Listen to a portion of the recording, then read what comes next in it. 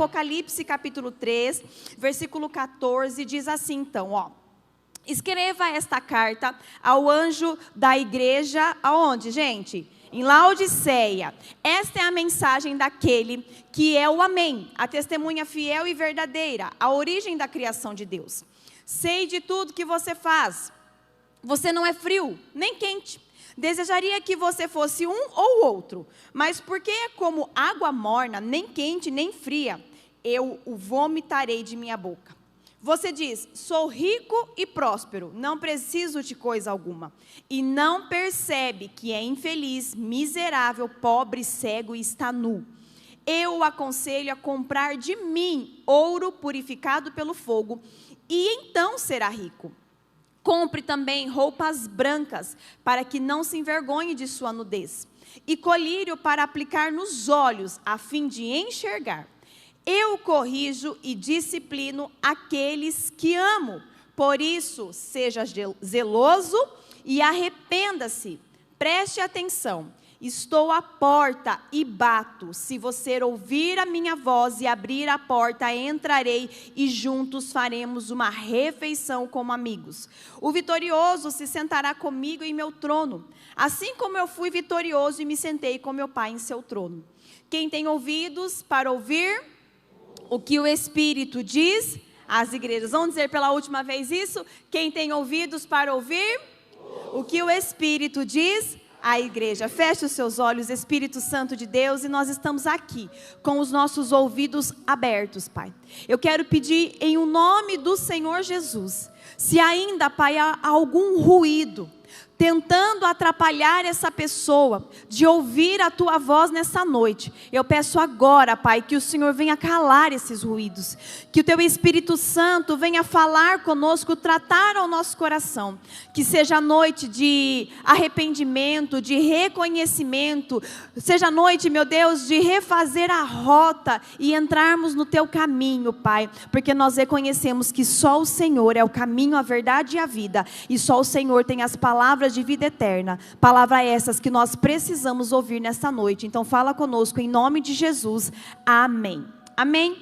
Gente, a sétima e última igreja, a igreja de Laodiceia, nós lemos no texto que era das 7 igrejas a igreja mais rica, a igreja que diante dos homens estava em melhor condição, mas diante de Cristo não. E por quê? Porque embora fosse uma igreja rica, numa cidade rica, haviam ali alguns problemas. E Jesus não faz um elogio sequer para a igreja em Laodiceia. Nós passamos por 6 igrejas, lembram disso? 2 igrejas que nós aprendemos aqui nos domingos, foram igrejas que receberam só elogio. Não teve nenhuma repreensão. Eu não sei se você se lembra, eu nem vou perguntar, pra você não passar vergonha, tá bom? Mas foi a segunda igreja que nós falamos, que era a igreja considerada pobre. Mas Jesus olhou para ela e falou assim, para mim você é rica. Que era a igreja em Esmirna. E a outra está mais fresquinha na memória, vou dar uma chance. Nós falamos domingo passado, qual foi? Filadélfia, Carol, queria ter uma filha assim, igual a você. Filadélfia, a igreja que, humanamente falando, aos olhos dos homens, era uma igreja considerada fraca, mas diante de Jesus ela era forte. Então a igreja pobre e a igreja fraca diante dos homens, para Deus era a igreja rica e a igreja forte. Essas igrejas, essas 2 igrejas, não receberam nenhuma repreensão, somente elogio. Aí nós vimos 4 igrejas. Nós vimos a igreja de Éfeso, nós vimos a igreja de Pérgamo, a igreja de Tiatira e a igreja em Sardes. Essas 4 igrejas, elas receberam o elogio de Jesus, mas também receberam repreensão. Era aquela igreja que Jesus falou assim, ó, vocês trabalham bem, mas abandonaram o primeiro amor. Vocês, alguns aí são fiéis, mas vocês toleram Jezabel. Alguns aí andam comigo, mas outros seguem as doutrinas dos nicolaítas, dos balamitas. Enfim, 4 igrejas, elas receberam elogio e repreensão. Agora, essa última igreja aqui, a coisa estava feia para o lado dela. Por quê? Porque para essa igreja não tinha nenhum elogio, apenas repreensão. A igreja em Laodiceia. Eu quero fazer agora uma primeira pergunta nessa noite. Nós sabemos que nós aprendemos isso lá no primeiro domingo, que essas cartas que foram escritas às 7 igrejas da Ásia, foi através de uma revelação que o Senhor Jesus entregou para João, discípulo, apóstolo João, lá na ilha de Patmos, quando ele estava nessa ilha preso. Jesus apareceu para ele, revelou essas cartas, pediu para que ele escrevesse e entregasse às 7 igrejas. Eu quero perguntar nessa noite, se Jesus hoje chamasse o nosso pastor e pedisse para que ele escrevesse cartas para enviar à nossa igreja, o que Jesus escreveria na sua carta? Você já sabe o que Jesus repreenderia em você? Será que na sua carta teria só repreensão? Você já sabe o que Jesus ia elogiar em você? Às vezes você pode falar, não, eu sou Filadélfia, eu sou Esmirna. Para mim, ia ter só elogio, porque eu sou top. Porque tem gente, eu falei de manhã aqui, que se estiver na frente do espelho, ela canta grandioso és tu para ela mesma. De tão boa, top que ela é, não é?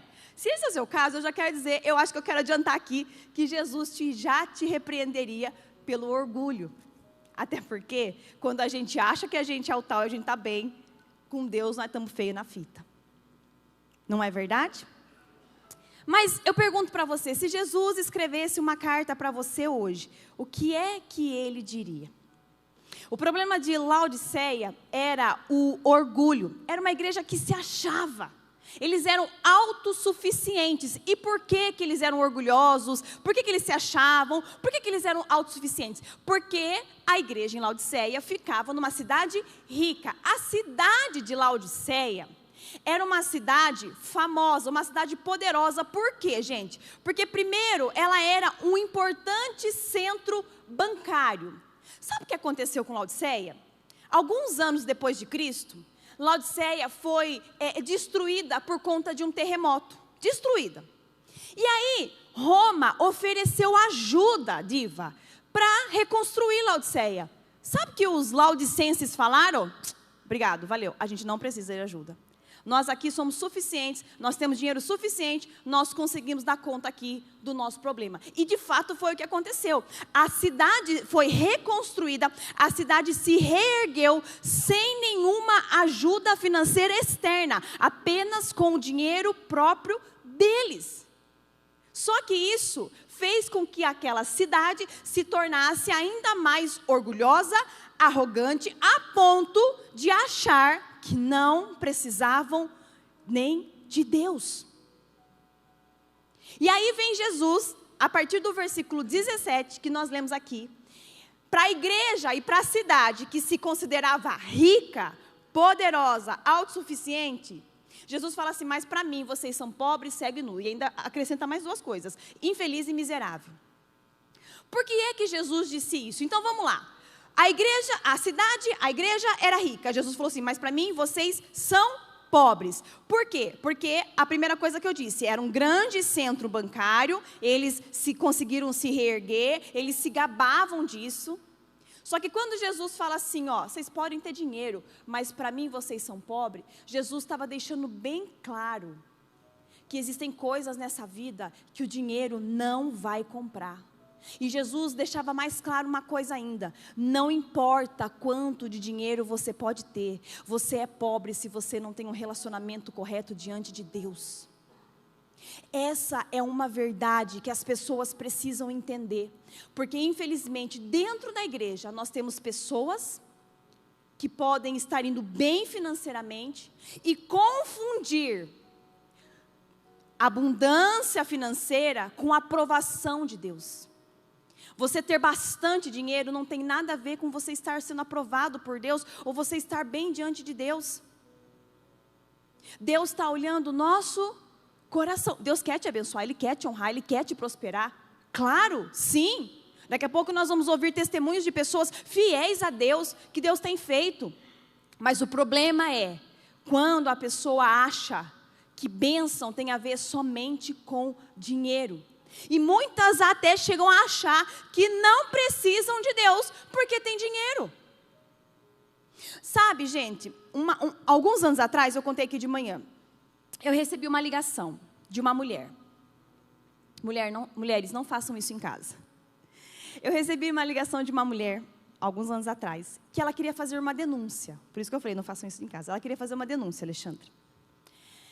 E quando ela me ligou, ela falou assim, olha, eu preferi falar com você do que com o pastor Fabrício. A princípio, eu pensei, acho que porque eu sou mulher, né? Uma mulher com mulher acaba se entendendo, se identificando. E aí ela foi contando para mim coisas graves de uma pessoa que na época frequentava a nossa igreja. Era uma pessoa de poder aquisitivo. E essa pessoa, ela se considerava, aos olhos dela, o maior dizimista da igreja. E depois que essa mulher me contou tudo que essa pessoa fazia, porque era uma pessoa de aparência, de vida dupla, uma coisa na igreja, outra coisa lá fora, eu falei, mas filha, por que você esperou tanto tempo assim para nos procurar? A gente poderia ter tomado providências, te ajudado muito antes. E aí foi que ela falou, é porque eu fiquei com medo, porque como ele é o maior dizimista da igreja, eu fiquei preocupada com o que o pastor ia pensar ou falar. E aí foi quando eu disse para ela, eu falei, filha, olha, já fazia alguns anos que nós estávamos casados, eu falei, fazem tantos anos que eu estou ao lado do pastor. E desde que eu estou ao lado dele, de uma coisa eu sei. Meu marido não tem acesso, por escolha própria, de nenhum envelope de dízimo da nossa igreja. Portanto, ele não sabe quem é o maior dizimista e não sabe quem é o menor dizimista. Porque para ele não muda nada, não importa. Para o nosso pastor só uma coisa importa, ele ensinar todos a serem fiéis a Deus. Porque o pastor vai olhar para cada um de nós da mesma forma, com o mesmo olhar. Só que, infelizmente, existem igrejas lá fora que acontecem isso. Que a pessoa, porque ela tem um poder aquisitivo, porque ela tem um status, porque ela tem um poder, porque ela tem boas condições, ou até mesmo por ser o maior dizimista da igreja, muitas vezes, né, os homens, pastores, querem tratar daquele jeito, daquela maneira, como se isso fosse livrar a pessoa do inferno. Jesus deixa bem claro, não importa quanto você tenha de bens, de poder, de status, de dinheiro, o que importa mesmo é ter um coração sincero diante de Deus. E aí vem Jesus e fala, então, rico? Não, para mim vocês são pobres. Explicado por quê. Aí tem uma outra coisa que Jesus fala, vocês também são cegos. Por que Jesus chama eles de cego? Vou te explicar. Laodiceia também era famosa, porque eles tinham lá uma grande escola de medicina oftalmológica. Eles eram especialistas em tratamento dos olhos ali. E aí eles desenvolveram um pó que na verdade era um ótimo colírio para ajudar as pessoas a enxergarem melhor. E eles eram famosos por isso e se gabavam disso, desse colírio que eles tinham. Aí vem Jesus e fala assim, ó, mas para mim vocês são cegos. O que Jesus estava querendo dizer, Cássia? Contrariando, vocês podem ter o melhor colírio para curar a cegueira física, mas o que vocês precisam mesmo é só eu que tenho libertação da cegueira espiritual. E aí vem Jesus e conclui dizendo assim, ó, vocês também são nus. Aconselho vocês a comprar vestes brancas. Nus? Por quê? Porque Laodiceia também era um grande centro, eles eram conhecidos como a cidade dos tecidos. Dentre os tecidos lá que eles produziam, fabricavam, vendiam, eles eram especialistas num tipo de lã preta que era usada para roupas finas. Aí Jesus fala assim, mas para mim vocês são nus. Por quê? Porque vocês podem ter todo tipo de tecido do mundo, mas um dia o que vai importar mesmo são as vestes brancas. Ou seja, resumindo, quando Jesus vira para essa igreja e fala, pobre, cego e nu, Jesus estava ensinando que o verdadeiro valor não se encontra em bens materiais, mas em um relacionamento correto com Deus. Não importa o que a gente possa conquistar nessa terra, um dia nós estaremos diante dele, e aí vai cair a ficha de muita gente, que tudo aquilo que a gente correu atrás nessa terra, não serviu para nada, não valeu de nada. O que importa mesmo é buscarmos desenvolver um relacionamento com Deus. E se tem uma coisa que nós aprendemos aqui, durante esses 7 domingos, que para cada igreja, Elzinha, Jesus, lembra disso? Ele falava assim, ó, sei de tudo que você faz, conheço as tuas obras, sim ou não? Toda a igreja, Jesus falou assim, sei de tudo que você faz, conheço as suas obras. Jesus deixou bem claro para a igreja da Paulista durante esses 7 domingos, Ele conhece e sabe todos os nossos passos. E Ele está dando a todos nós a oportunidade da gente reconhecer, Jasmin, é Sofia que é a Jasmin, eu sei, você é a Jaine, de reconhecer o que está errado e refazermos a rota.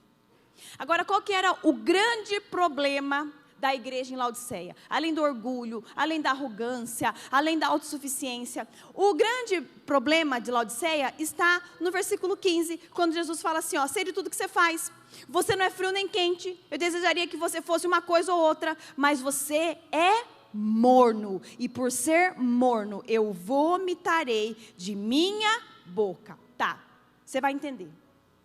Quando Jesus chama a igreja em Laodiceia de morno, os cristãos em Laodiceia de mornos, Jesus estava deixando bem claro que Ele conhecia e entendia a história daquela igreja.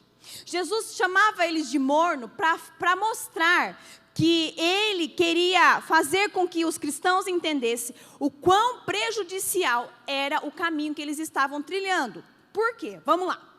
Laodiceia tinha problema com abastecimento de água. Parecia nós um tempo atrás aqui, né, gente? Dava 5 horas da tarde, acabava a água. Laodiceia tinha problema com abastecimento de água. E Laodiceia ficava próximo ao rio Lico e próximo de 2 cidades, Hierápolis e Colossos.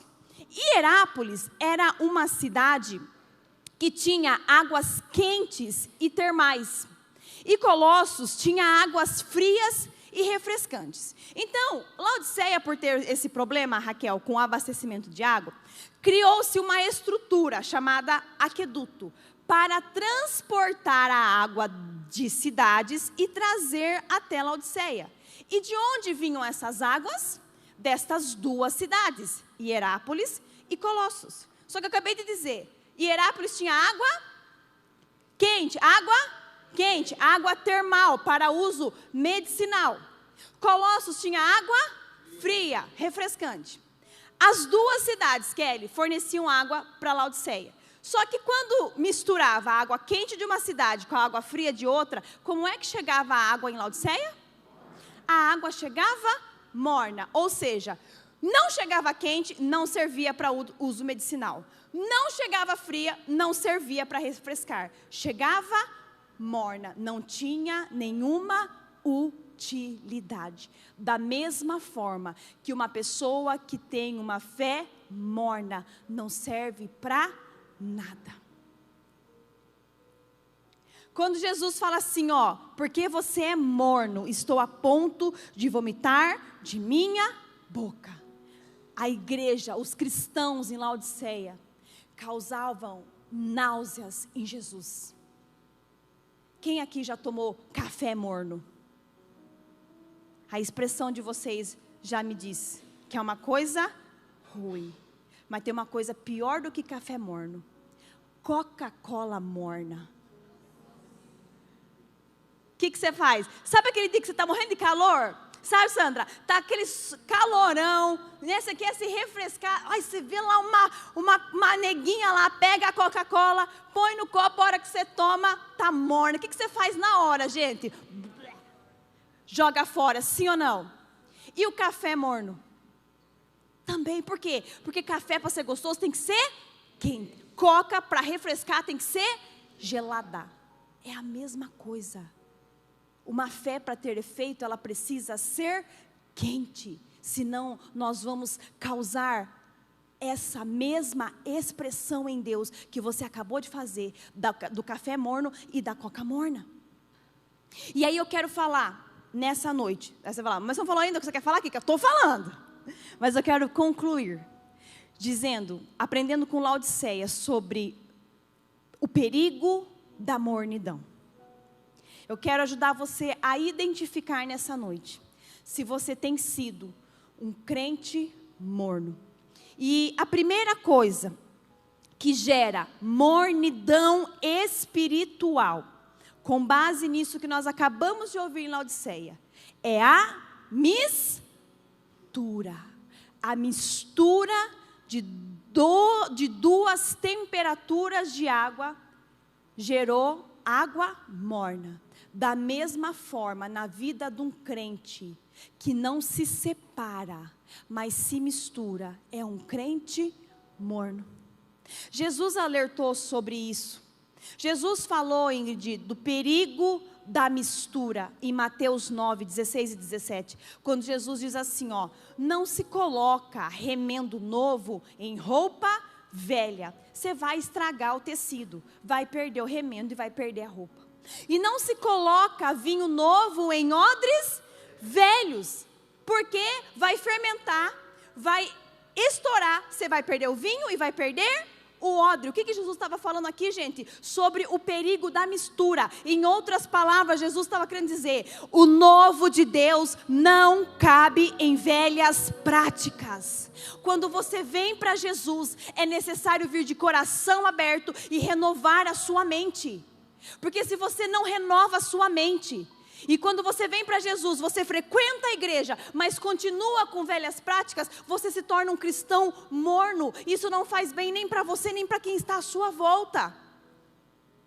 Eu quero dizer para pessoas que, quando elas estão lá fora e vêm para Jesus, mas ainda assim, quer ficar com aquilo que ela gosta, com pecados de estimação. Quem é da época aqui que tinha que escolher feijão? Quem é da época? Aí só tem jovem à noite, esqueci, né? De manhã. Ah lá, levanta a mão. Mãe, você levanta a mão, porque você não é só da época, como você me colocava para escolher feijão, amada. Viu? Quem bate esquece, mas quem apanha... Quem a mãe colocava aqui para escolher feijão? Olha, Idri, você não, né? Olha, Bruno. Tamo junto, Bruno. Bruno escolhia feijão, tá vendo? Você lembra? Colocava em cima da mesa, e aí começava o quê? A escolha. Pedrinha, joga fora. Pauzinho, joga fora. Um feijão amassado com cara esquisita, separa. E aí o que era bom a gente separava para o outro lado, porque ia cozinhar. Só que tem gente que quando vem para Jesus, acha que a vida com Deus, Lelo, é como escolher feijão. Isso aqui tem que tirar fora, isso aqui não combina mais.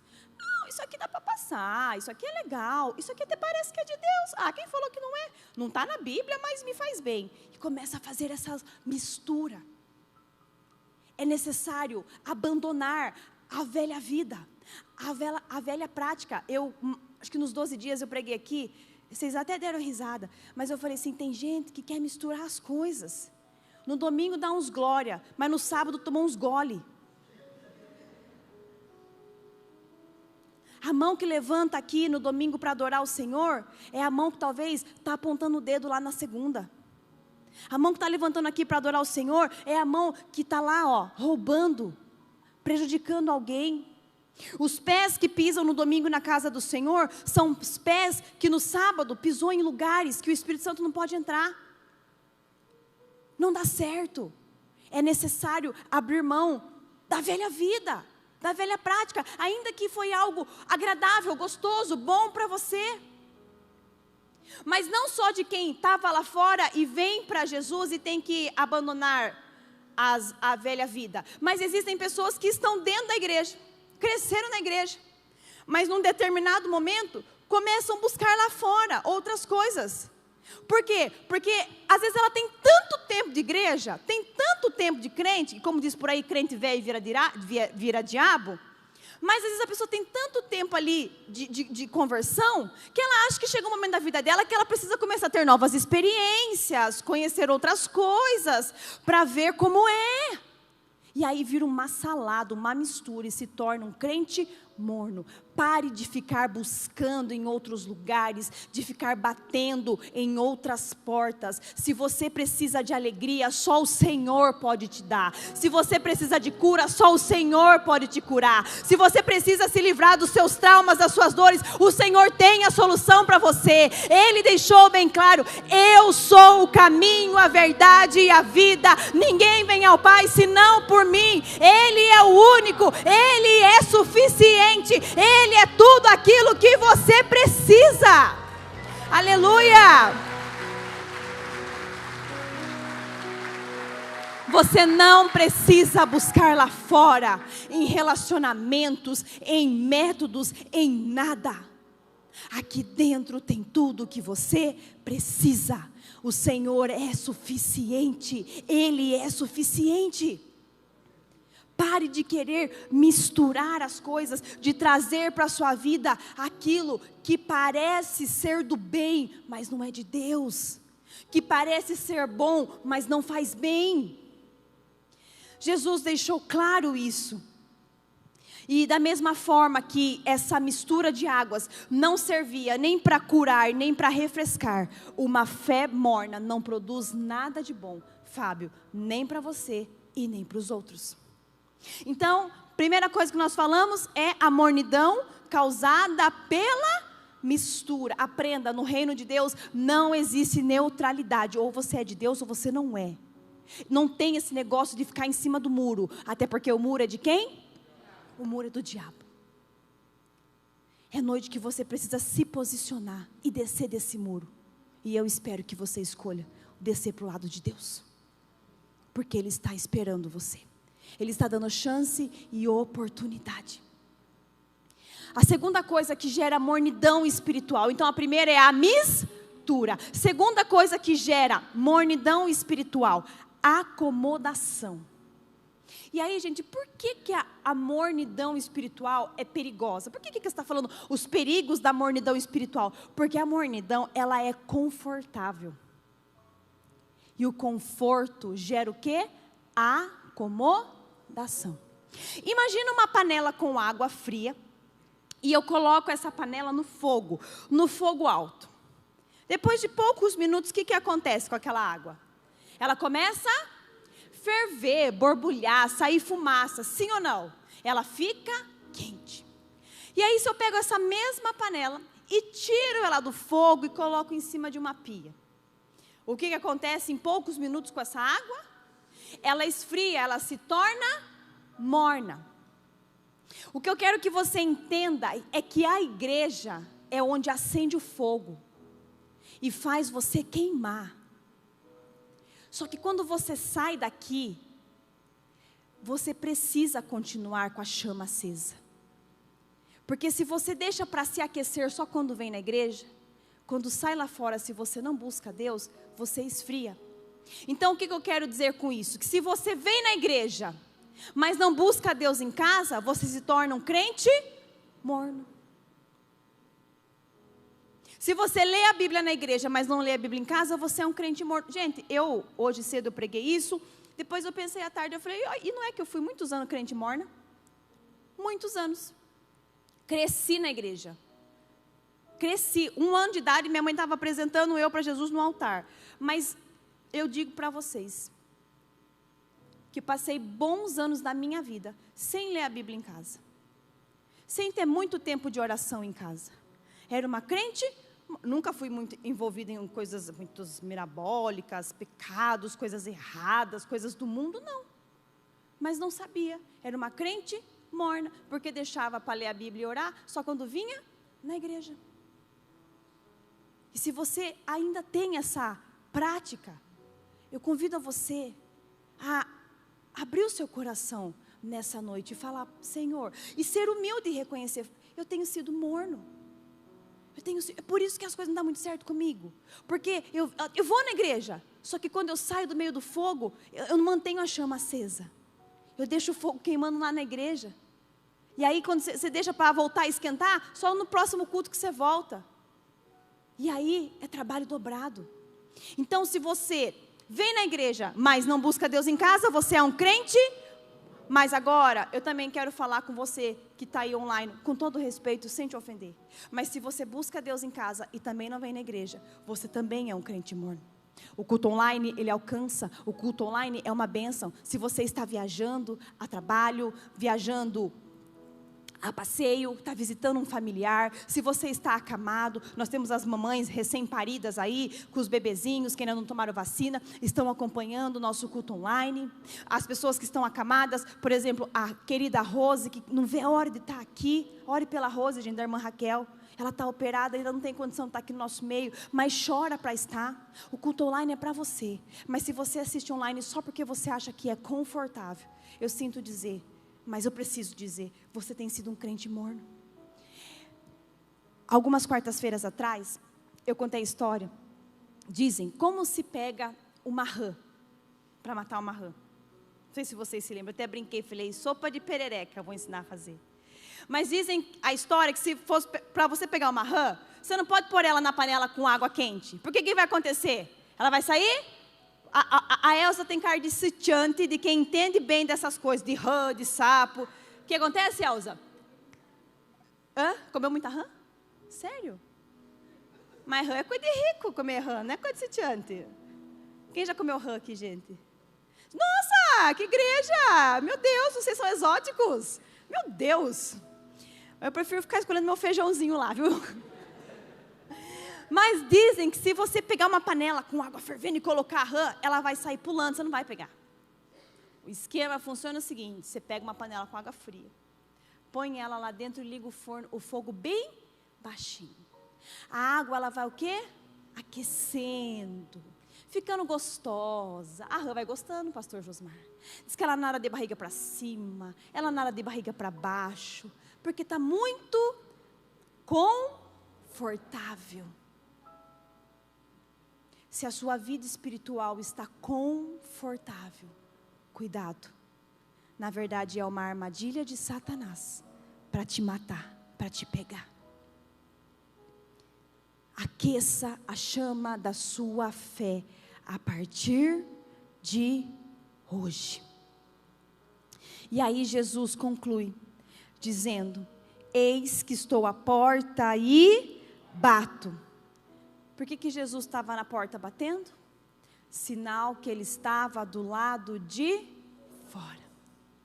A igreja em Laodiceia. A igreja que um dia abriu as portas para Jesus, através de suas práticas, do seu orgulho, da sua arrogância, da sua autossuficiência, da sua não dependência de Deus, colocou Jesus para fora. É por isso que ele diz, eis que estou à porta e bato. Será que você também já não colocou Jesus para fora da sua vida? E às vezes você pode falar, não, que eu amo Jesus. Eu amo Jesus. E eu sinceramente acredito que você ama Jesus. Mas às vezes você ama Jesus, você também ama o pecado. Às vezes você ama Jesus e você não quer abandonar coisas. E aí o próprio Jesus não pode habitar no mesmo lugar onde tem pecado. E Ele mesmo se retirou da sua vida. Mas sabe o que é lindo saber? O que Jesus diz aqui para essa igreja. A igreja que estava em pior condição diante de Deus. A igreja que não recebeu nenhum elogio. Aí Jesus vem e fala assim, ó, no versículo 19. Eu corrijo e disciplino aqueles que amo. Está doendo? Você apanhou? Foi confrontado? Te incomodou? Mas tudo isso vem de uma coisa. O amor de Deus por você. Ele te ama. E não importa o que você fez até hoje. Se você estiver disposto a abrir a porta do seu coração.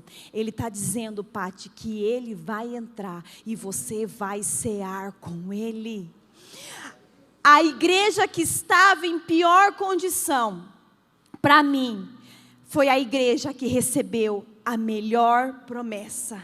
Olha o tamanho do amor de Deus. A igreja que estava em pior condição recebeu a maior promessa. Você pode ter chegado aqui nesta noite em piores condições, em condições que nem mesmo você acredita na sua recuperação, que nem você acredita na sua mudança, que nem você acredita que você é capaz de voltar a ser feliz. Mas há uma promessa do Senhor reservada para você nessa noite. Se você ouvir a minha voz, abrir a porta, eu vou entrar, nós vamos cear juntos, seremos como amigos, e o vitorioso se sentará comigo em meu trono. Aleluia! Tem um lugar reservado para você. Ele te ama e te dá nessa noite a oportunidade de abrir a porta do seu coração para Jesus entrar e ficar aí fazendo morada para sempre. Amém? Coloque-se de pé. O Manu vai entoar uma canção. E em seguida nós vamos orar. Já pegue o seu pedido de oração, que está com o nome de uma pessoa que precisa ser salva. Assim que o Manu cantar, nós vamos orar. Ninguém é tão perfeito que consiga fugir dos olhos vivos do Senhor, que vê além do mais profundo abismo e até segredos que eu nunca falei. Ele sabe cada um dos meus desejos, o que faço, onde ando e quem procuro. Conhece o meu passado e o meu presente e quer fazer feliz o meu futuro. Eu luto contra a minha própria alma, a natureza humana que há em mim. Eu quero sepultar o velho homem e andar em comunhão com Cristo, viver, cantar só para Ele, morrer pro mundo e viver pra Deus, morrer pro mundo e viver pra Deus. Com os olhos fechados, o Senhor Jesus te pergunta nessa noite: como está a sua fé? Como está a sua fé? Ela está fria? Ela está quente? Ou ela está morna? Você tem se acomodado achando que já tem tudo, que já conquistou bastante, e para isso ou por isso não depende mais de Deus, ou não precisa mais dele, ou não precisa ir tanto à igreja, ou não precisa ler tanto a Bíblia? Onde você tem buscado a sua segurança? Nas riquezas, em homens ou em Cristo? E Jesus está pedindo nesta noite: abra a porta do seu coração, pois eu estou à porta. Quero entrar e ter comunhão contigo. Eu convido você agora, igreja, a abrir a sua boca e começar a falar com Deus. Começa a falar com Ele. Reconheça que muitas vezes, se você tem se misturado, tem permitido a mistura na sua vida, que tem gerado a mornidão espiritual, ou se de repente você tem se acomodado e isso também tem gerado a mornidão espiritual, se você tem deixado o seu coração e a sua fé se esfriar, começa a falar com Ele agora. Seja sincero. O Senhor disse aqui durante esses 7 7 domingos: conheço as tuas obras, sei de tudo que você faz. Eu sei aquilo que a sua esposa não sabe, eu sei aquilo que o seu marido não sabe, eu sei aquilo que os seus filhos não sabem, eu sei aquilo que os seus pais não sabem, eu sei aquilo que você faz dentro de 4 paredes, eu sei aquilo que você faz com o seu celular, eu sei aquilo que você faz quando você está sozinho. Conheço as tuas obras, conheço os teus passos. Então não há o que esconder, não há o que você esconder ou se envergonhar diante de Deus. Abra o seu coração, revele para Ele, fale para Ele, peça perdão. E peça perdão muitas vezes pela arrogância, pelo orgulho, por não depender do Senhor, pela autossuficiência. Peça para Ele ajuda agora, para que você possa depender totalmente dEle. Diga: Senhor, aplica nos meus olhos o teu colírio, para que eu possa enxergar a verdade e não viva mais enganado. Abre os meus olhos para que eu possa enxergar, meu Pai querido, os caminhos tortuosos que eu tenho trilhado. Aquece novamente, Senhor, o nosso coração com o fogo do teu Espírito e faz-no, Senhor, viver com paixão, no primeiro amor, com entrega. Nós abrimos a porta do nosso coração para o Senhor. Entra e reina na nossa vida, em nome de Jesus. Diga amém. Levanta o seu pedido de oração agora, e nós vamos fazer a última oração dessa campanha, por pessoas que precisam ser salvas, pessoas que estão enganadas, pessoas que estão cegas, pessoas que, como Jesus disse, é pobre, cega, nu, infeliz, miserável, mas essa pessoa ela não consegue voltar, ela não consegue enxergar. Pai, em nome de Jesus, nós oramos agora por todas essas pessoas, com este nome escrito, Pai, neste pedaço de papel, e nós cremos que o Senhor, durante esses 7 domingos, começou uma grande obra de restauração, de libertação, de transformação dessas vidas, meu Pai.